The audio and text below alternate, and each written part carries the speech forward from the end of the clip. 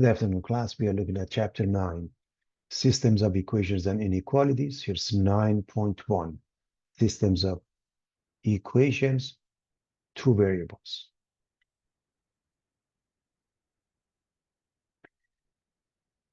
Chapter 9, Systems of Equations. We're going to look at systems of linear equations in two variables, three variables, nonlinear equations, partial fractions, matrices, and matrix operations, solving systems with Gaussian elimination, and perhaps Cramer's rule. The objectives are solve systems of equations by graphing, solve systems of equations by substitution, solve systems of equations by addition, identify inconsistent system of equations containing two variables, express the solution of a system of dependent equation containing two variables.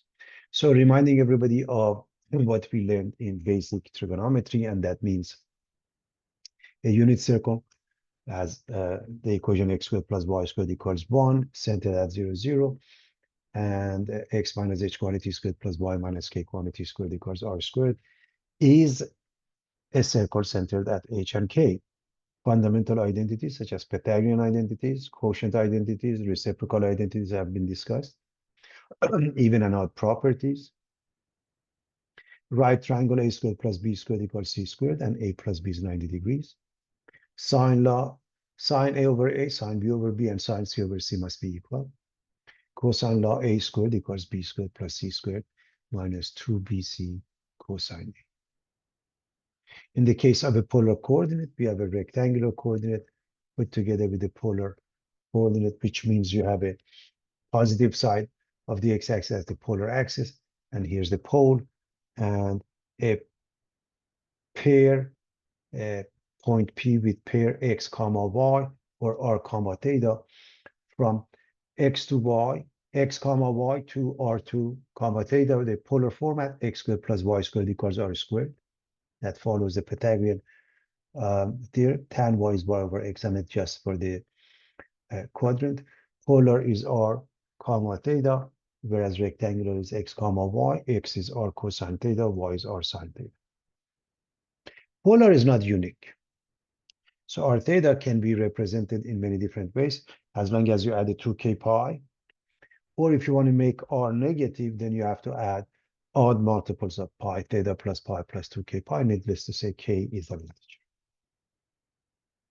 Rectangular grid, we know how to plot points, one to the right, two up.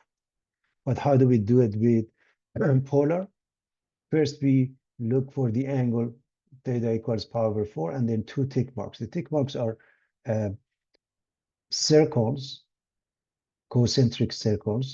This is radius 1, 2, 3, 4, 5. So you go with the second circle.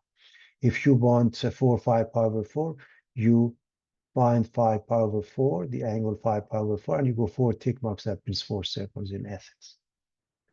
And of course, there are more points here on this grid showing you how to plot it. Finally, pole r comma theta has the coordinates 0 comma theta. If r is 0, that represents the pole regardless of the theta. Graphing, you recall theta equals alpha, y equals tan alpha times x, represents a line through the origin. R equals a represents a circle because x squared plus y squared equals a squared. R cosine theta is a constant, is x equals a vertical line. R sine theta is a constant, is y equals b or a horizontal line.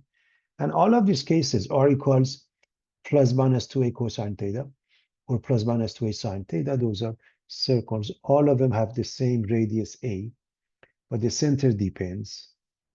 If it's for the x is along the x-axis, if it's for the sine along the y-axis, and so forth.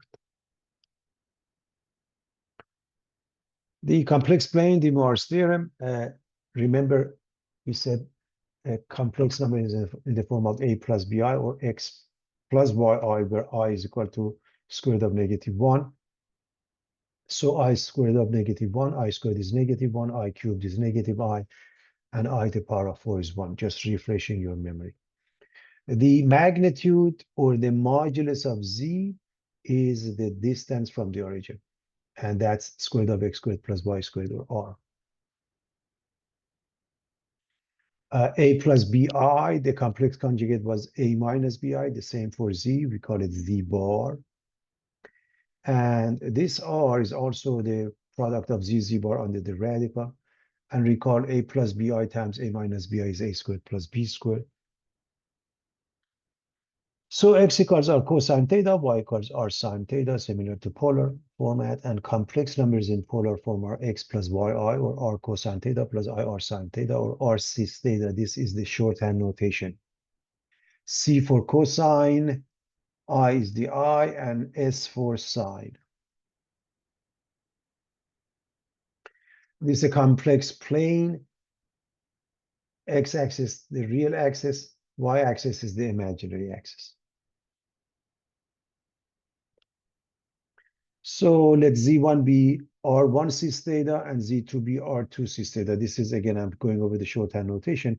Z1, Z2 using the polar format, all you have to do, multiply R1 by R2, and then just add up their arguments. Cosine of theta 1 plus theta 2 plus I sine of theta 1 plus theta 2. Or this is the shorthand notation. Z1, Z2 is R1, R2 cis theta 1 plus theta 2. If you're dividing, R1 over R2, and then cosine of the difference of the arguments, or shorthand notation, R1 over R2 cis theta 1 minus theta 2. De Moivre's theorem says if you want to raise z to the power of n, raise r to the power of n, and then multiply the argument by n. In other words, a shorthand notation, z to the power of n is r to the power of n cis n times theta. If you want to take a root where a number w is r times cosine theta 0 plus I sine theta 0, and n is larger than or equal to 2, there are n distinct complex nth root of the number. So how do you find it?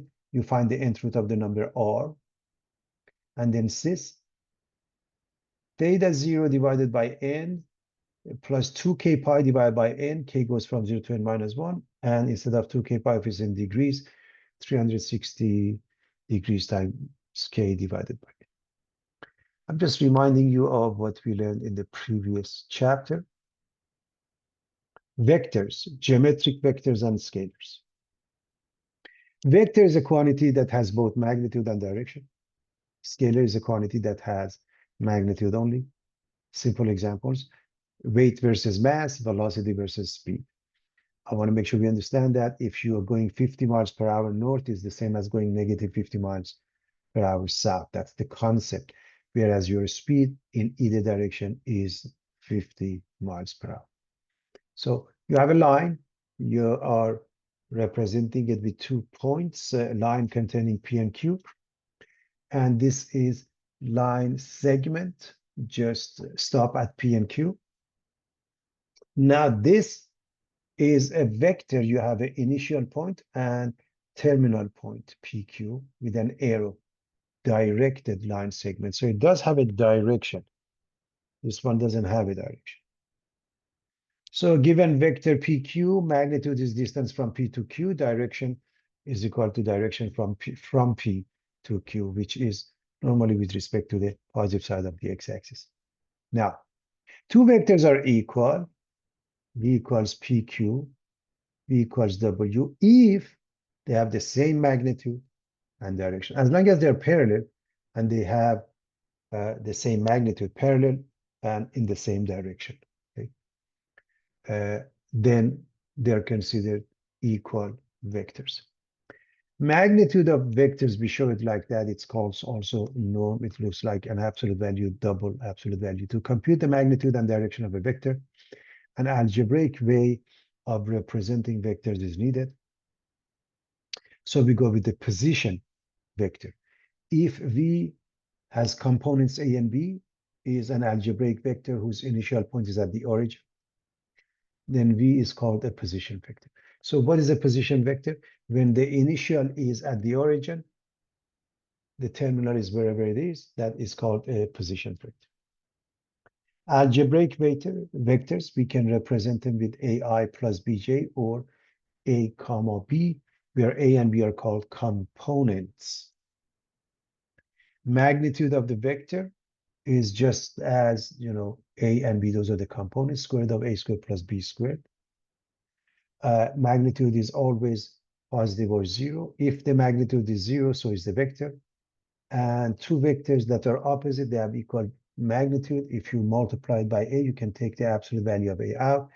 And unit vector, by definition, is a vector U where its magnitude is equal to 1.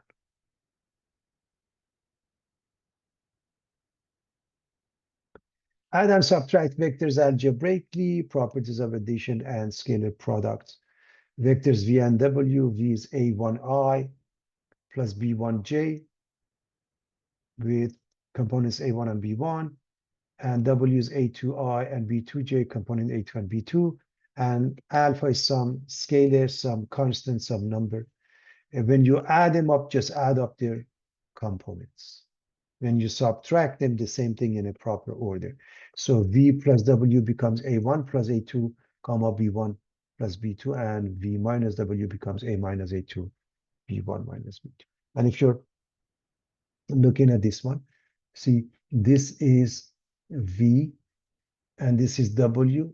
The way you add vectors, you put the terminal point at the initial point here. And by the way, these two are parallel with the same magnitude, are the same, therefore, go like that. And this is the result.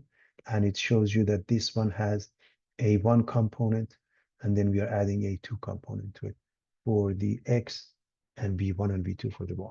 If you will, I and versus J component. If you multiply the V by alpha, you stretch it by a factor of alpha. Okay, so if this is V and you multiply it by alpha, assuming alpha is positive, it makes it larger by that factor.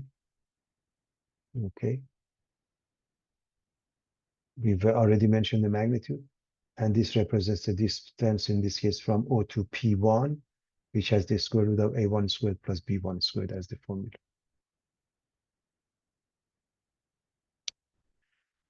That's the synopsis of what's been covered. Let's go to chapter 9, everybody.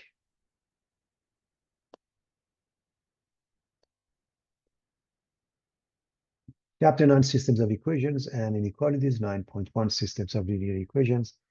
So systems of equations, a group of two or more equations.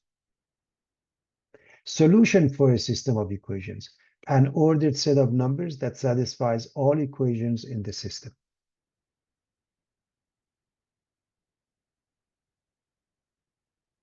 Here's an example. Determine whether this pair negative 3 comma 2 is a solution to this system. So in short, you have to plug it in. If it works with one is not good enough, it has to work with the other one. So plug in minus 3, 2 into this one.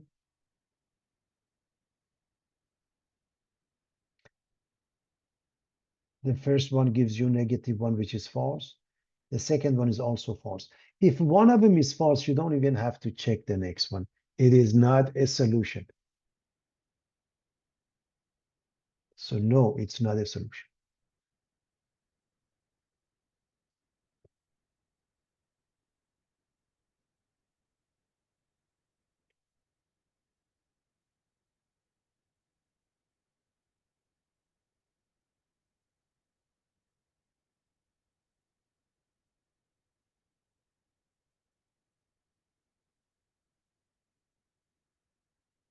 Types of systems. A system of two linear equations in two variables can have one solution, no solution, or an infinite number of solutions. Inconsistent system. The system has no solution. The graphs are parallel lines. They have the same slope but different y-intercepts. So look at these two lines are parallel. They never intersect. So they have equal slopes, different y-intercepts. When m1 is equal to m2 but b1 is not equal to b2, we have a contradiction such that 0 equals 7. That indicates the system has no solution. If we were to solve it by the method of substitution or elimination, that's what we get.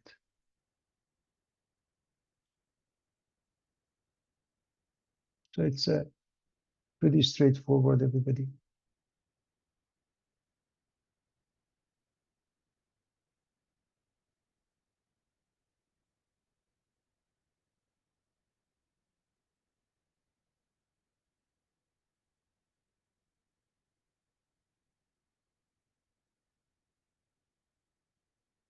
All right, so what happens next? Consistent system with independent equations.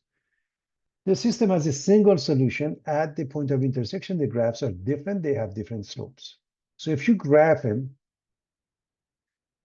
you have different slopes. That's all. Consistent system with dependent equation. The system has an infinite number of solutions. The graphs are identical. They have the same slope and the same y-intercept.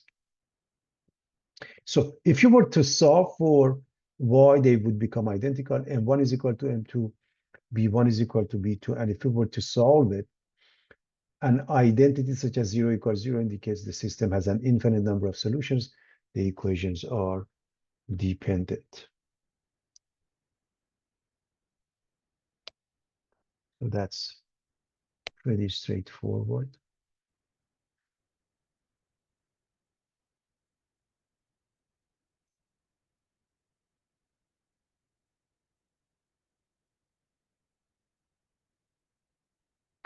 Solving graphically. To obtain a solution to a system of equations graphically, graph each equation and determine the point or points of intersection. Solve the following system. Well, to solve that, we are going to just plot points. And I hope you see that 0, 2 is the y-intercept. And if you set this one equal to 0, you get -2. -2, 0. I'm assuming we can easily see that. So if you plug in 0, 2 and -2, 0, that would be the line for this one. Clearly 0, 4 is the y-intercept. And if you replace, if you set this equal to 0, it becomes 4, 4, 0. So 0, 4 and 4, 0, connect them, and point of intersection is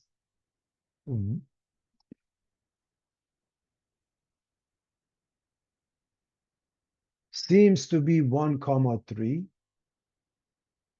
Let me erase my one. And it's a consistent system with a unique solution. By the way, the way you check it, you have to, you're reading it and the graph may be a little bit off. You put the 1 in here, that works, gives you 3. You put the 1 in here, that works. So when you see that it's working with both, then you're in good shape.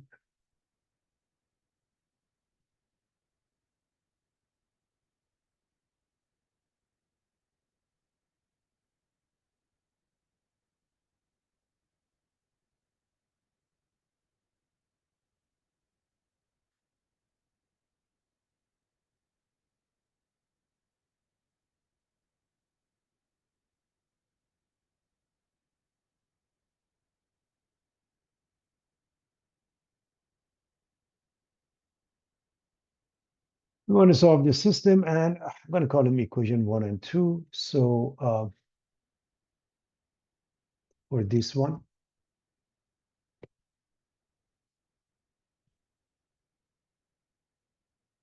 we are going to plug in if x is 0. Yes. If x is 0, you get 0 minus 2y equals 2, and you get 0, -1.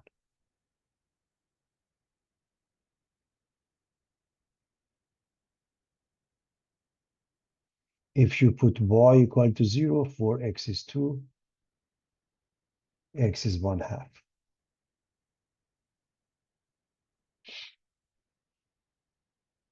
It so happened for this one, you get the same thing. If you put x equal to 0, you get -1. If you put y equal to 0, you get 1/2. And you plot that, is the same. Graph each equation, the lines appear to be identical.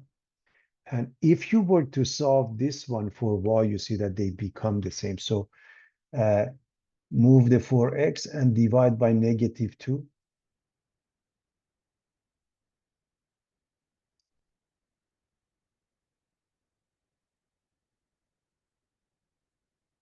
and you get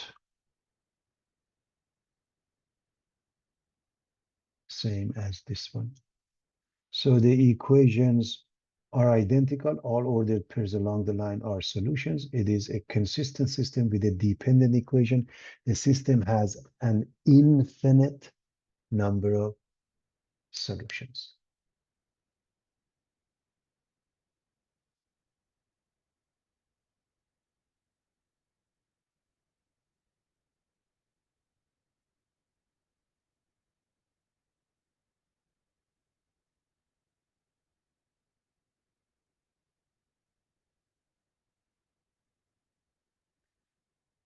All right, solve the system of equations graphically.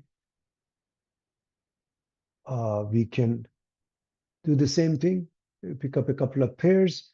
In this case, if x is 0, you get -3. And if you set y equal to 0,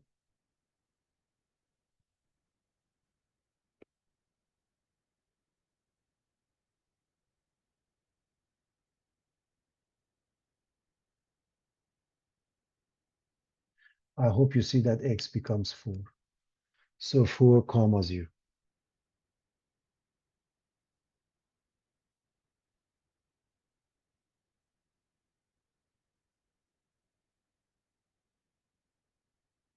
Those two pairs, that's the line.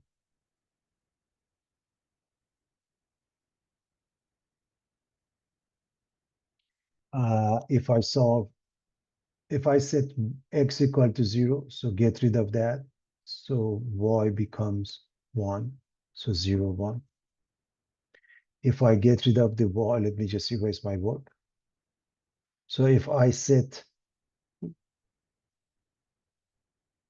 y equal to 0, this goes away. 3x is -4, x is -4/3. And if you plot those two pairs and connect them, they seem to be parallel,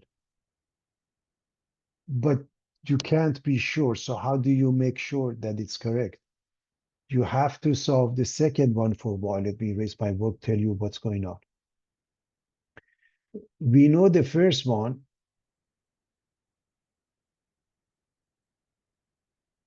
as the slope, I'm going to call it m1 as 3/4. But this one we are going to solve for y, which means we're going to move the 3x and we are going to divide by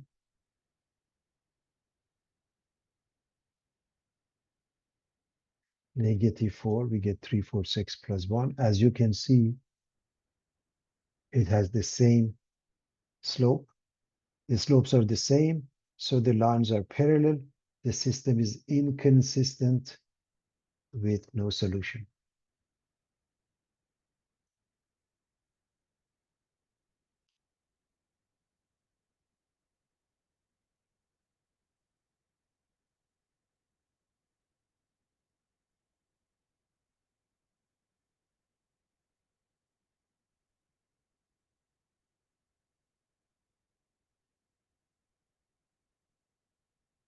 So it's very straightforward, everybody.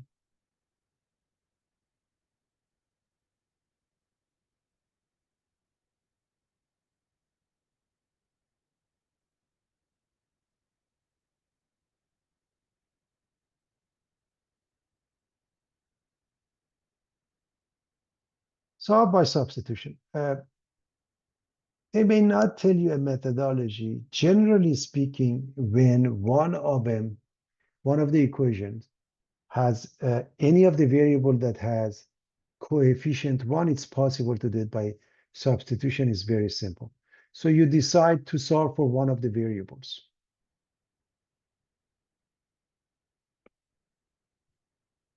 So isolate the variable in one equation, use either equation, makes no difference. You can solve for y here, you can solve for x or y here. So if you go with the first one, you just move the 2x. You want to avoid dealing with fractions, okay, everybody? Now put that into the other equation. So put that into the second equation.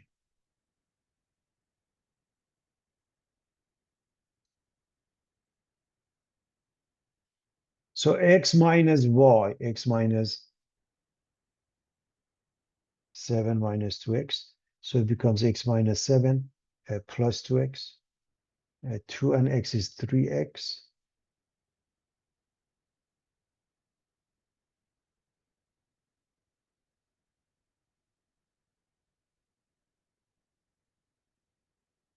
Positive 7 and negative 1 is 6. X becomes 2. And now you go with one of the equations and solve for the missing variable. So for example, if you go with the equation 1, 2 times x plus y equals 7. Replace the x with 2 and you get 4. Move it to the other side. Y becomes 3. So the pair must be 2 comma 3. Now, please understand you have to check. How do you check? We used equation 1. You haven't used equation 2. Plug in 2 and 3, do you get negative 1? You have to check. It does check. And it literally takes seconds. Good. So how did we check it? With equation number 2.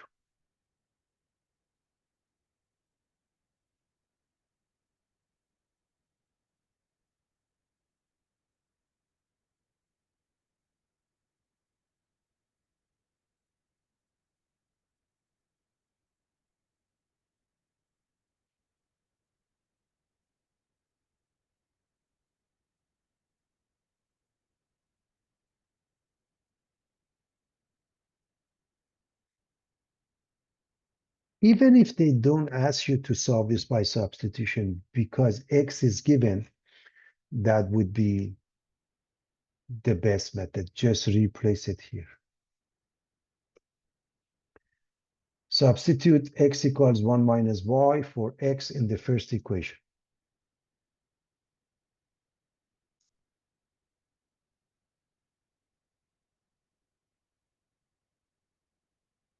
So we get 4x plus 5y, and we replace it with 1 minus y.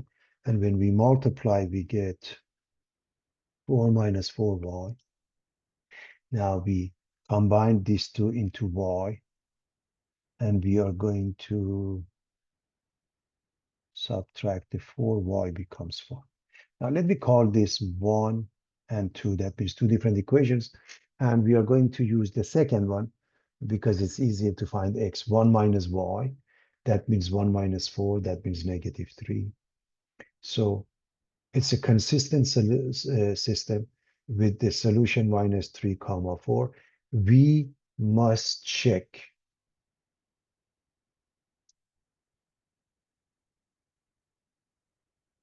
How do we check it? Well, this was equation 2. We are going to put that into equation number 1. 4 times negative 3 plus 5 times 4. Is this equal to 8? We are asking. Minus 12 plus 20 equals 8. It checks. It literally takes seconds, and I highly recommend you always check.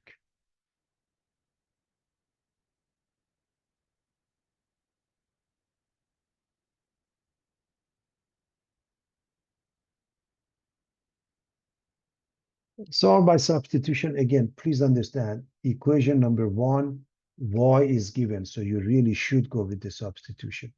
So we are going to substitute y equals 4 minus 3x into the x in the first equation.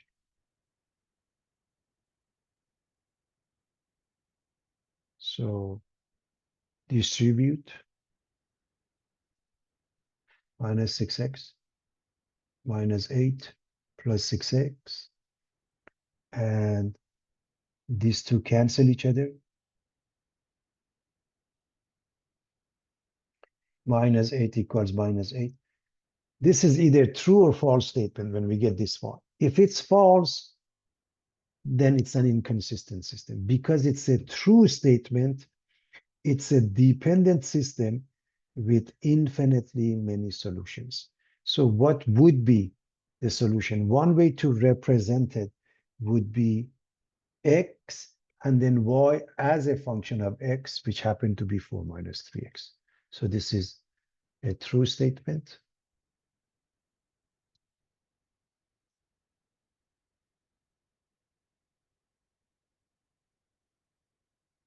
Which means the two lines are the same. If you solve for y in the second one, you see the two are identical.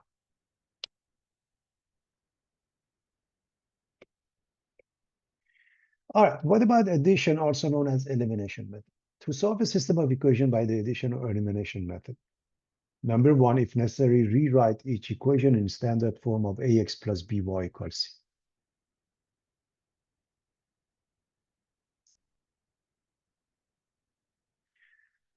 Number two, if necessary, multiply one or both equations by a constant so that when the equations are added, the sum will contain only one variable. So somehow we get rid of one of the variables. That's the idea. Number three, add the respective sides of the equations. This will result in a single equation containing only one variable. Solve the equation obtained in step 3. Substitute the value found in step 4 into either of the original equations. Solve that equation to find the value of the remaining variable. Write the solution as an ordered pair. As always, check your solution in all equations in the system. What does it mean? Well, let's find out. Let's look at an example. That's that's the that's the way to do it, everybody. Look at an example, because otherwise the explanation may not mean much. So the addition or elimination method for solving a system of equation can also be used to find the solution to a system. This method is generally the easiest one to use. Again, the goal is to obtain one equation containing only one variable. So we're going to do this. And the idea is to get rid of one of the variables. In some cases, really, you don't have to do anything. The idea is that to make coefficient of one of the variables opposite, so when you add them up, they cancel each other. As you look, you see that the coefficient of y is 5 here, and this one is -5. So if you add them up without making any changes, just like that, these two cancel each other. So we get 5x equals 20 divided by 5, x becomes 4. Now, you put it into, I'm going to call it 1 and 2. Put it into any of those equations. For example, you put it into the first equation, 2x plus 5y equals 3. So 2 times 4 plus 5y, as you know, this is 8, subtracted from 3. -5 divided by 5, y becomes -1. That's how you come up with the answer, everybody. And the solution is a 4, -1. We have to check it. So going back here, this was equation number 1, everybody. So we have to check it with equation number 2. So let me erase my work. So you are going to put this into the second equation, and you are going to write 3 times x minus 5 times y. Is this 17? 12 plus 5 is equal to 17, and it checks. So you have to check it.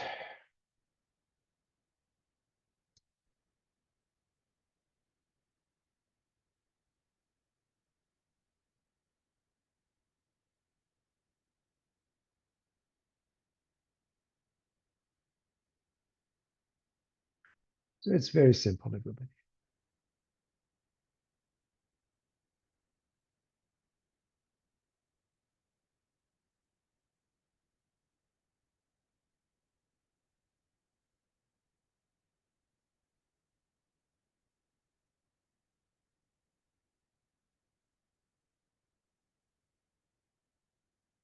Solve by addition method. Again, they may not ask you what method, you just choose. And the idea is that to make either the coefficient of x opposite or y, so they cancel each other. And just for the sake of argument, if I want to get rid of the x, I'm going to multiply this one by 3, this one by 4, one of them negative, maybe minus 3.4. These two, this one by 2, this one by 5, and one of them negative, okay? Because they have the same sign, one of them must be negative. So choose a variable to eliminate, in this case y, then multiply both equations by numbers that make the y term additive inverses, opposites. So we are going to multiply by 2, okay?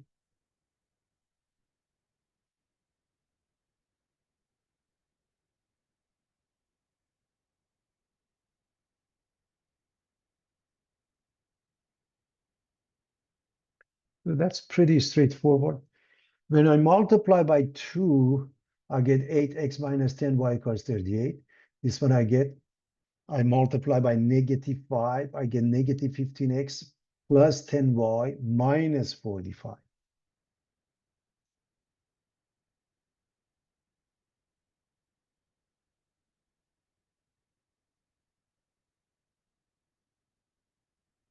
These two cancel each other. We get 8 and minus 15. Negative 7x on the left, negative 7 on the right, so x becomes 1.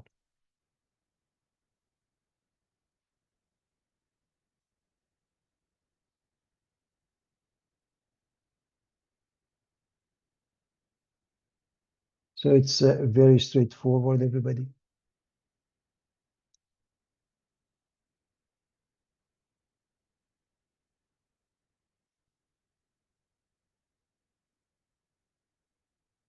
Let's go with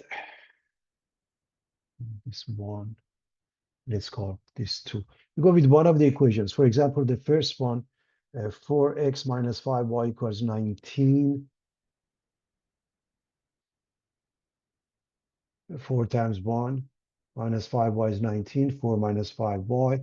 Remove the 4. The right side becomes 15. Divide by negative 5. You get negative 3. Therefore, the solution to this system is 1 minus 3. And that's a consistent system. And it has to be checked.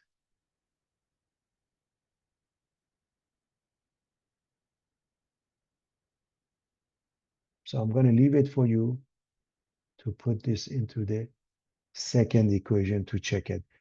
The reason you have to put it into the second equation because equation 1 was already used. Okay, so I can't emphasize this enough. I hope everybody's fine with that.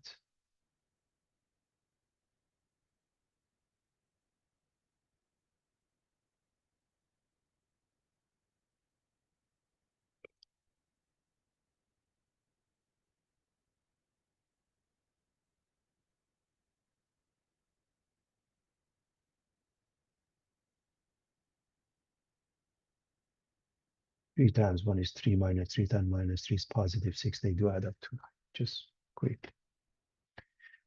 All right, let's do applications. A chemist needs 6 liters of a 30% solution, sulfuric acid. How many liters of 16% solution and 72% solution must be mixed to get the proper mixture? This is a class of problem known as mixture problem. Mixture problem. In which case, the total amount stays constant, or if you're dealing with the investment, the total amount of investment. That's the idea. So how do you solve an application problem? In a case like this, you have to set up a table, and here's the table that you're going to set up. So you have a solution and you have a string. So we have a 16% solution. We want to mix it with a 72% solution, and we are going to get a mixture which is 30%. Now, you don't have to go with this, but you can say this is 0.16, 0.72.3, or just use the percentage. Either way is fine. Okay. Now, 6 liters of 30% solution we need. So 30%, we need 6 liters. That's given. How many liters of 16%? I don't know. 72%. I don't know. How about X and Y? Now, this is called the mixture problem because the total stays fixed, and the amount of pure acid, you can't change it. What is the amount of pure or actual acid? Is the strength times the number of liters. 0.16 times X goes here. 0.72 times Y goes here. 0.3 times 6 goes here. And now 0.3 times, so the sum of these two is this, the sum of these two is this. So this is the first equation, X plus Y equals 6. And this is the second equation, 0.16x plus 0.72y equals 0.3 times 6 is 1.8. I hope nobody has any problem with that. It's very straightforward. As long as you can set up this table, you can easily see the answer, everybody.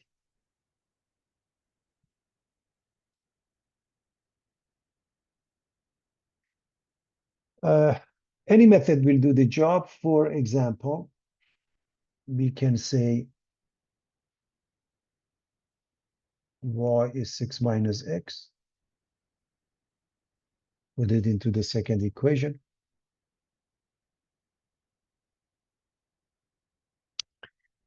So we are going to distribute as follows. 0.16x plus 0.72 times the 6. 6 times 72 is 432. So this is 4.32 minus 0.72x. And the product of these two is 1.8.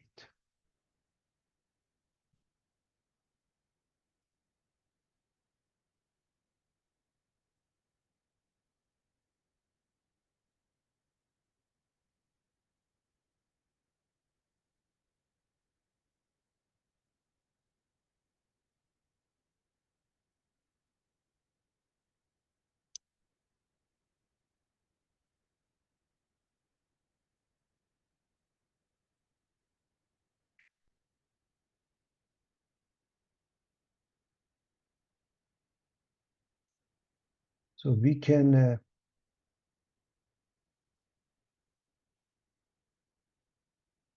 combine these two into negative 0.56x.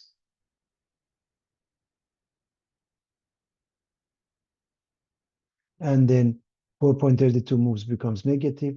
1.8 minus that is negative 2.52.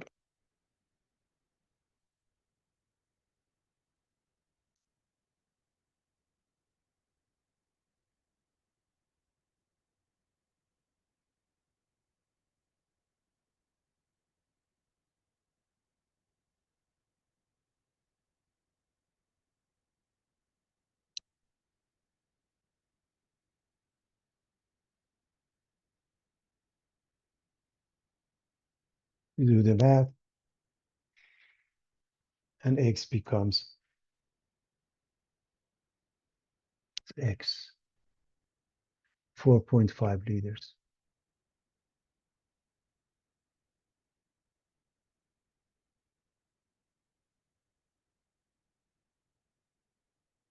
So if x is 4.5 liters, y must be, it must add up to 6. Y must be 6 minus that number, 1.5 liters. And Again, we use this one to get to the second one. You really, I'm going to leave it for you. You have to check with this. In other words, 0.16 times 4.5 plus 0.72 times 1.5 must give us 1.8. You want to check that.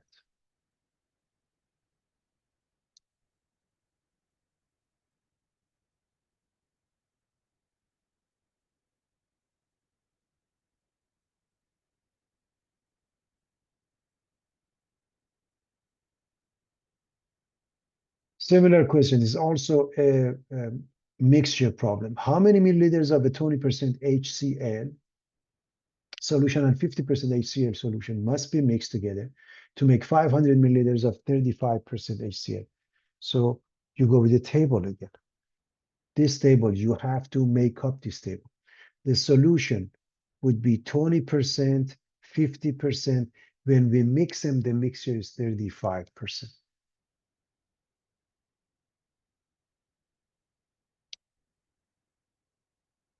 So the concentrations are 0.2, 0.5, 0.35. Again, if you don't do that, just stick with 20%, 30%, 35%. That's the same concept. And so we know that we have to make 500 milliliters liters of 35%. So it goes here.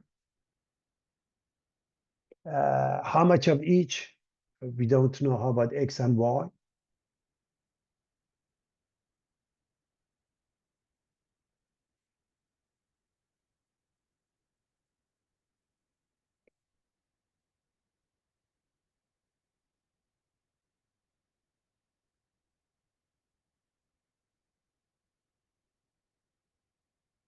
So this times this is the actual amount, the pure amount.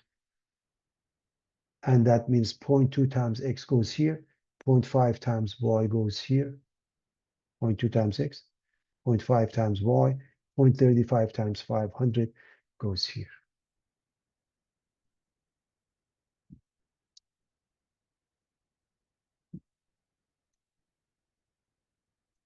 So it's pretty straightforward. This is one equation, X plus Y equals 500. This is one equation. So X plus Y equals 500, that's the translation. And the combined volumes of HCl in the two mixture is to be 35% of the total mixture. Therefore, 0.2X plus 0.5Y equals 0.35 times 500. And you can deal with it just the way it is, or you can get rid of the decimals. It makes no difference. So the two equations are as follows. X plus Y is 500. This is 0.2X or 0.20. This is 0.5Y.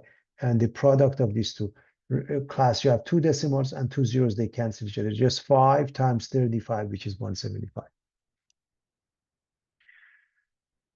Now, we can solve this by the method of the previous section, previous example, and basically solve for Y. And that works perfect. Okay. However, just for practice, I'm going to do this by the method of addition. And to do that, since this is 0.2, this is 0.5, I'm going to either make this one negative 0.2 or make this one negative 0.5. So if I multiply the first equation, both sides by negative 0.2, and that's an easy, well, this becomes negative 0.2x. This becomes negative 0.2y. Negative 0.2 times 500 is negative 100. Okay, so it's really not too bad, everybody. So now I'm going to combine them. Again, I did it on purpose with this method, so you'll be exposed to that. These two cancel each other. These two add up to 0.3y, and these two add up to positive 75. So divide both sides by 0.3. And 75 divided by 0.3 is the same as 750 divided by 3, which is 250. So Y is 250. And because the total is 500, X is also 250 liters. So Mixing 250 milliliters of 20% solution with 250 milliliters of 50% solution gives 500 milliliters of 35% solution. So each one happened to be 250.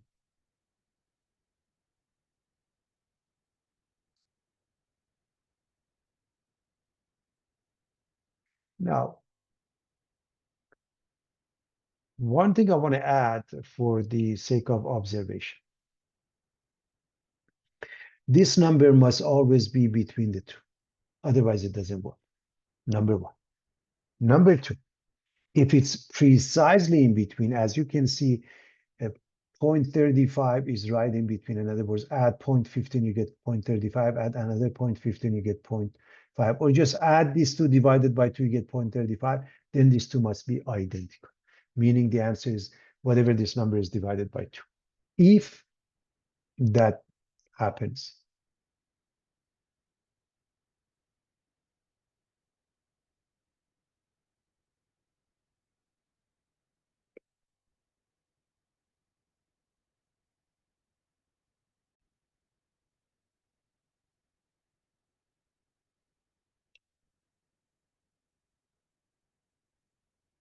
example 12, Tony sells 78 popcorns, small ones for $4 each, large ones for $6 each. If he sell total $420, then how many of each size popcorn was sold? You have to set up a table. So we have small, large, total, price, number, revenue, what we get out of it. So first and foremost,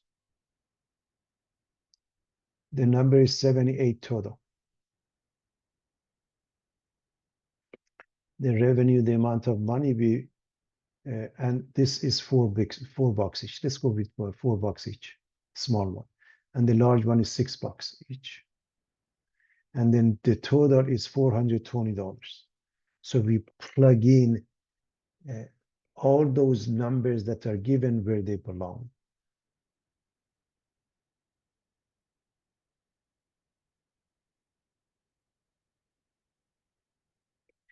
How many of each size popcorn? We don't know.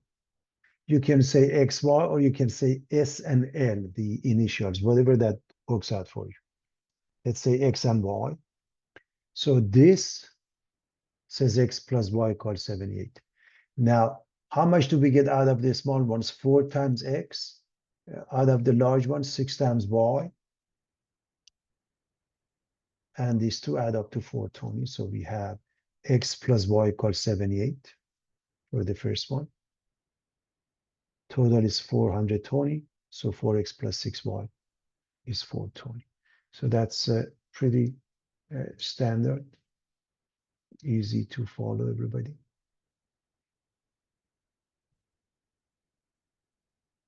So here's the two equations next to each other. By any method, you can solve for X, you can solve for Y, put it into the next one, or you decide to get rid of the one of the variables. For example, if I multiply this one by -4, I can get rid of the X.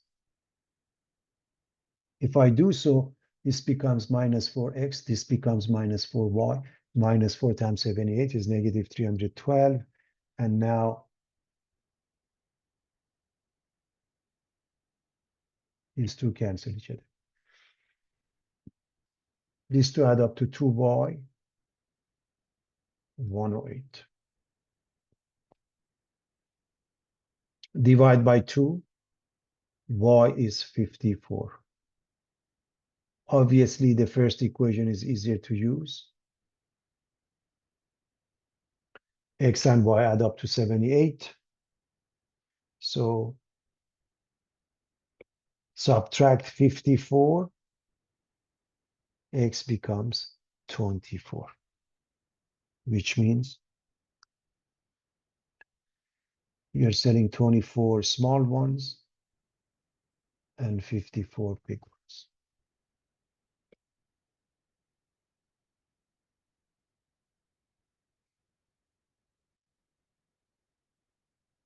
A rectangular table with a length twice its width is being designed. The perimeter is to be 216 inches. Find the length and width of the table. So here's the width, here's the length, and we know that length is 2 times the width.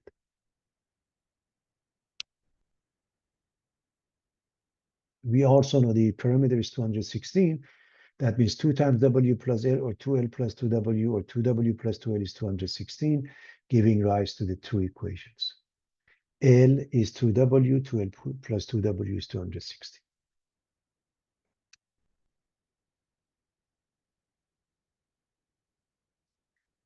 So replace the L with 2W. Obviously, the substitution method would be in order.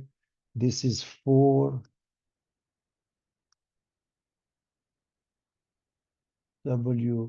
with 2W becomes 6W, and W becomes 36 inches. The length is 2 times 36, 72. So the width is 36. The length is twice that is 72 inches long. And therefore, to check, all you have to do, add these two and multiply by 2, because that's the perimeter, okay? 108 times 2 is 260. So make sure you check your work always.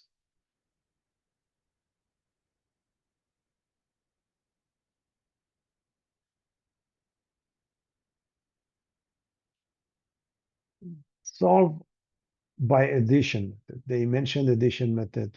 It's your choice otherwise. So the idea is to get rid of one of the variables. If you want to get rid of the x, you have to multiply this by -2. If you want to get rid of the y, multiply this one by -3.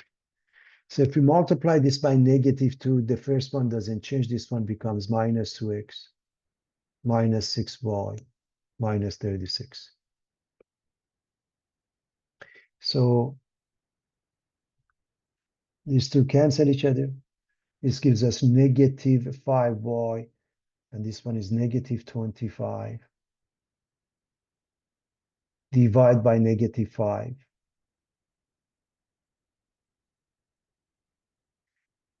And y becomes 5. Use one of the original equations, equation 1 or equation 2 makes no difference. For example, equation 1, if we plug in y equals 5 and subtract it, we get 2x equals 6, x equals 3. And so the pair 3, 5 is the answer.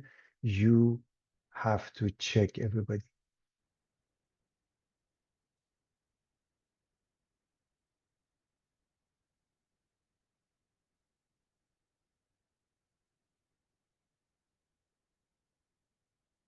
So how do you check? We used equation 1. So put this in equation 2, x, which is 3, 3 times 5, 15. Do they add up to 18? They do, and we are fine.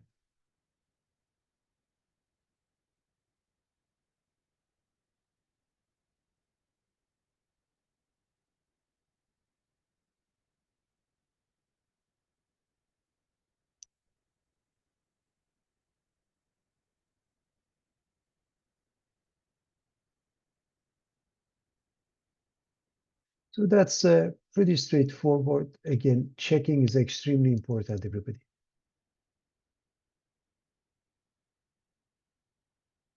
We are going to move on.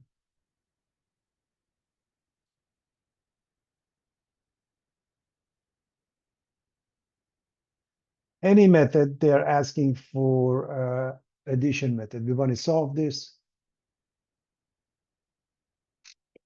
So if we want to get rid of one of the variables, for example, x, if I multiply this one by 2, the x's cancel each other. So let me call them 1 and 2. 1 and 2. So multiply the first one by 2. So you get 2x minus 6y equals 8. And I hope you see that these two cancel each other. These two cancel each other. We get 0, and the right side, they don't cancel each other. We get 9. What does it mean? Since 0 equals 9 is a false statement, the system has no solution. The system is inconsistent, and the graphs of these equations are parallel. In other words, if you solve for y, you notice they have equal slopes, different y-intercepts.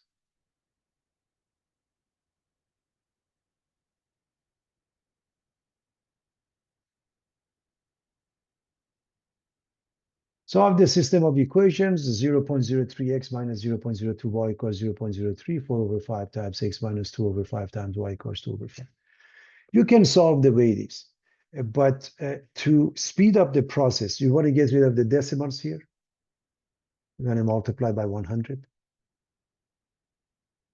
And you're going to get rid of the fractions, you're going to multiply by 5, just to speed up the process.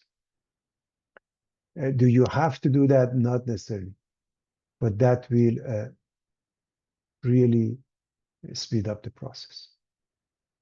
And so when you multiply by 100, this one becomes 3x minus 2y equals 3. When you multiply this one by 5, you get 4x minus 2y equals 2. By the way, you can say, I'm going to subtract one from the other, because subtraction is a form of addition. You are a pre-calculus student, you can see that. If not, multiply one of them by -1. It doesn't matter, because these two, they have identical coefficients. For example, if you multiply this one by -1, then you get minus 4x plus 2y equals minus 2. And when we put them together, these two cancel each other. Minus x is 1, x is minus 1.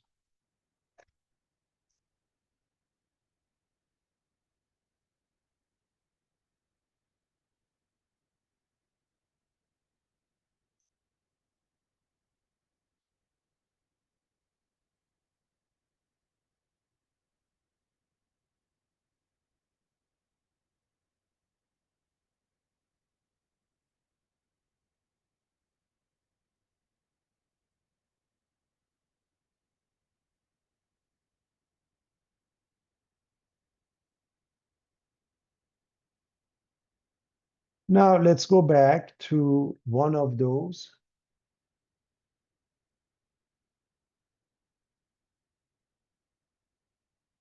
Uh, 3x minus 2y, that means 3 times minus 1 minus 2y. This is -3. And you move it to the other side. Comes +3, so -2y is 6. Divide by -2, you get y minus 3. And therefore, the pair has coordinates -1, comma -3.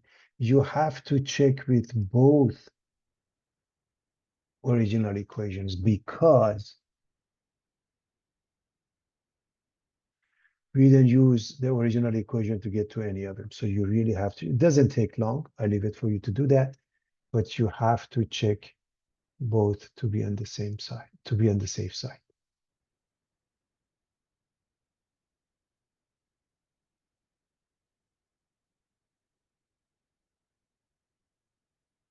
Admission tickets to a movie theater cost $8 for adults and $2 for the children. A total of 525 tickets were sold, and a total of $3,580 was collected from ticket sales.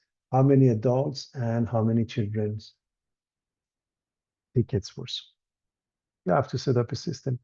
And the best course of action is to come up with a table. We have adults, children, total tickets cost, number, total amount, and so forth. So as we start reading $8 here,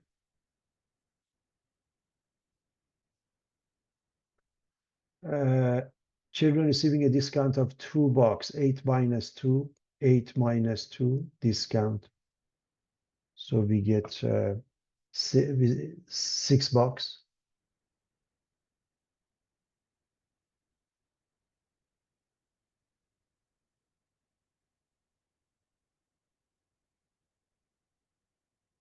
Total of 520 tickets, the number would be 525 here.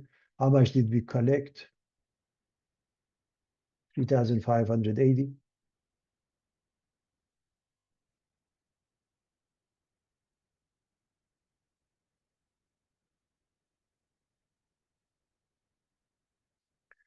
Now we are ready to move on.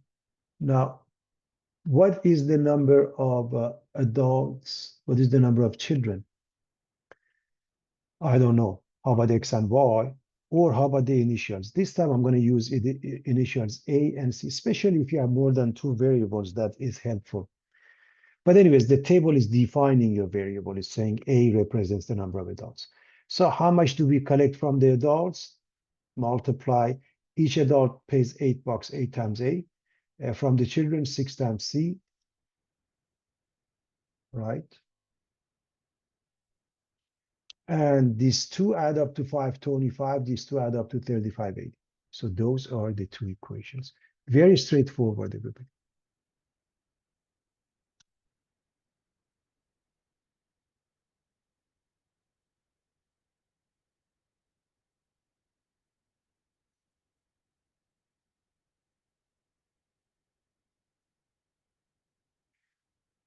Uh, One easy way is to get rid of one of these variables. Let's say C. If I multiply this one by -6, I get rid of the C. If I multiply by -8, I get rid of the A.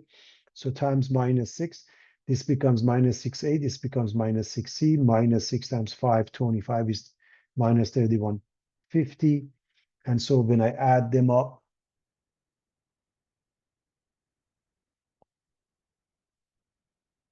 these two cancel each other. These two add up to 2A. These two add up to 430. Divide by 2. 430 divided by 2 is 215, is the number of adults. And 525 minus 215 is the number of children. So very straightforward, everybody. And you have to check. How do you check your work? We check with this equation. 8 times 215 plus 6 times 310 is 3580. Check it out, class.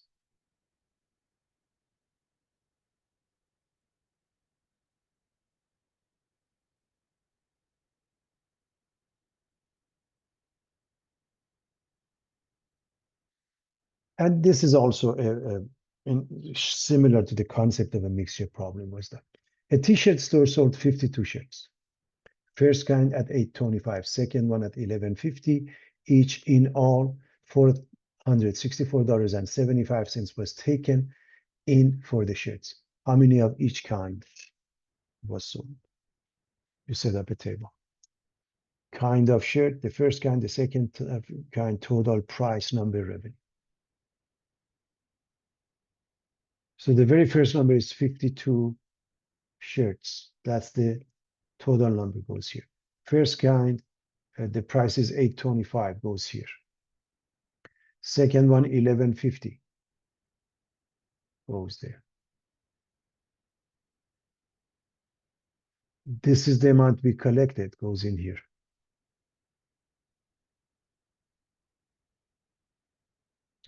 So that's pretty straightforward, everybody.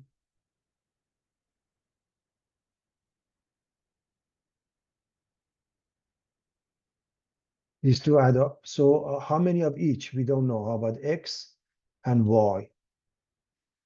And so how much do we collect from the first kind? 825 times X. From the second kind, 1150 times Y. This is the first equation.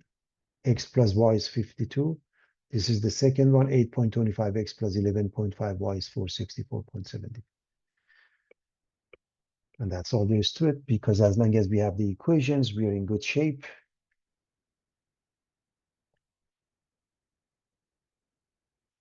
You can solve for Y, put it in here. You can multiply this one by negative 8.25 to get rid of X, by negative 11.5 to get rid of the Y. So if we multiply by negative 8.25, this is negative 8.25X, negative 8.25Y, negative 8.25 times 52. I hope you recognize just 8 times 52, and then 0.25 is 1/4 of that, and it gives us minus 420. And the second one, just write it unchanged. So what happens is that when we combine them, these two cancel each other. So, and these two add up to 3.25 y, and the other two to 35.75. We are going to divide both sides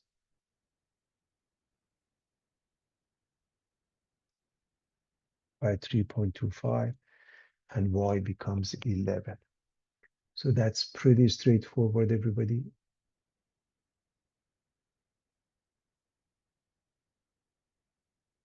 Now we go to one of the equations. Obviously, equation number 1 is easier. If y is 11, x must be 52 minus 11, which gives us 41. Therefore, 41 of the first kind, 11 of the second kind of t-shirts were sold.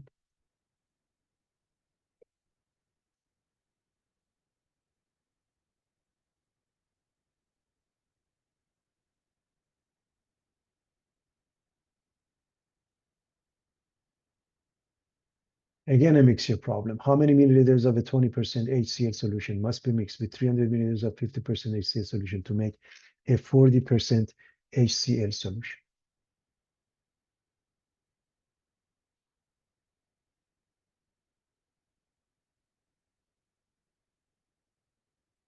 So we set up a table.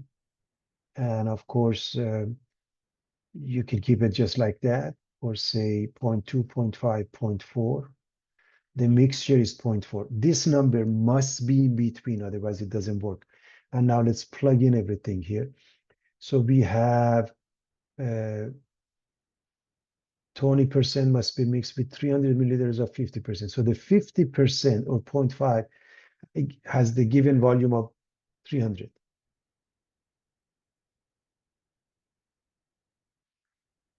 So what is the volume of 20%? We don't know. What is the volume of a mixture? We don't know. This column is very simple. The product of these two, 0.2 times x, 0.5 times 300, 0.4 times y.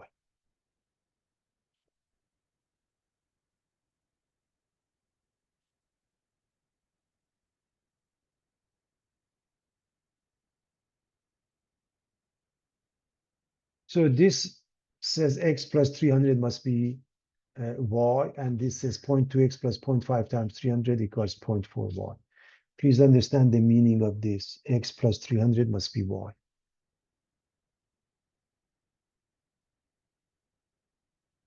And so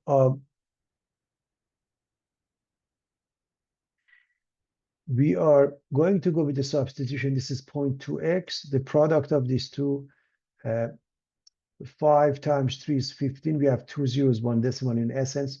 So it's 150. 0.4 times y. We are going to go with the substitution. We are going to replace the y with x plus 300. So we distribute, we get 0.4x. 4 times 3 is 12. We have 1 extra 0, 120. And we are going to move things around as follows. We are going to subtract 120 here. So that gives us 30 on the left minus 0.2x. It's going to give us 0.2x on the right. We are going to divide by 0.2, which means 300 divided by 2, which means 150. So x is 150 milliliters of 20% solution. And the rest of it, y, is x and 300. So add 150 to 300 is 450. And we're going to say mixing 150 milliliters of 20% solution with 300 milliliters of 50% solution gives 450 milliliters of 40% solution. Very straightforward, everybody.